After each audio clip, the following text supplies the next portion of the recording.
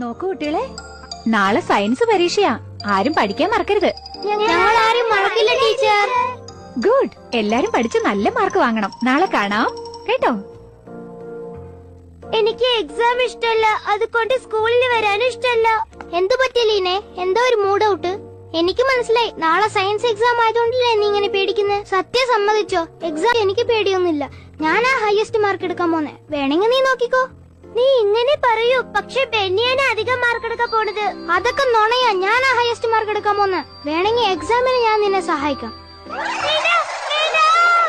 നിന്നെ എക്സാമിന് പാസ്സാക്കാൻ എന്റെ ഒരു രഹസ്യ ഫോർമുല ഉണ്ട്. നിന്നെ എക്സാമിന് പാസ്സാക്കാൻ എന്റെ ഒരു രഹസ്യ ഫോർമുല ഉണ്ട്.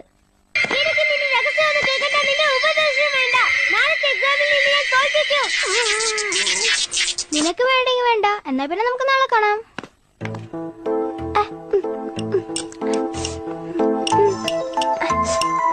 മയക്കണ്ണ, എക്സാമിന് പാസ്സാവാനുള്ള വിദ്യ എന്താ നിനക്ക് അറിയാമോ?